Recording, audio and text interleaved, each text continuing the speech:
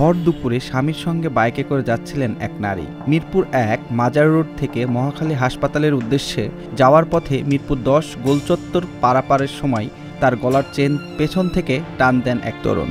২৭ জুলাই বেলা ১:৩০টার দিকে এমন ছিনতাইয়ের ঘটনাটি ঘটে।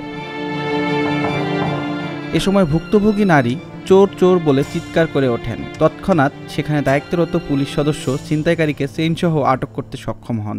আমার আঘাত লেগেছে, একটু ছাল গিয়েছে এখানে। দেন আমি মোটরসাইকেল থেকে নেমে চোর চোর বলে দৌড় দিতেই এখানে ট্রাফিক পুলিশ ওকে ধরছে। আর আমরা তো বাসার থেকে ডক্টরের কাছে যাচ্ছিলাম, তো ১০ নম্বর গোল চত্বর ক্রস করার সময় ছিনতাইকারী অনাকাঙ্ক্ষিতভাবে ওর রানিং গাড়িতে মোটরসাইকেলে ছিলাম, ওর গলা থেকে ওই চেনটা টেনে নিয়ে যাচ্ছিল। এরপরে পুলিশের সহযোগিতায় আমরা তাকে ধরি আর কি। পুলিশ জানায় আটককৃত আসামিকে কাফরুল থানায় হস্তান্তর করা হবে এবং অভিযোগের ভিত্তিতে তার বিরুদ্ধে আইনানুগ ব্যবস্থা গ্রহণ করা হবে। পুরাতন আইন শৃঙ্খলা রক্ষাকারী বাহিনী এই জায়গায় আমরা তৎপর আছি। এর ভিতরে একজন ছিনতাইকারীকে আমরা হাতে নাতে ধৌত করছি, ধৌত করে আইনের আমরা কাফরুল থানায় এটাকে শোধ করি। এখন আইনি ব্যবস্থা প্রক্রিয়াধীন। চলমান কারফিউর মধ্যে সেনা ও পুলিশ বাহিনীর কড়া নিরাপত্তা বলয় রয়েছে ঢাকা জুড়ে। ব্যতিক্রম ছিল না মিরপুর ১০ গোলচত্বর এলাকাও। এত কড়া নিরাপত্তার মধ্যেও এমন ছিনতাইয়ের ঘটনা জনমনে আতঙ্ক তৈরি করছে।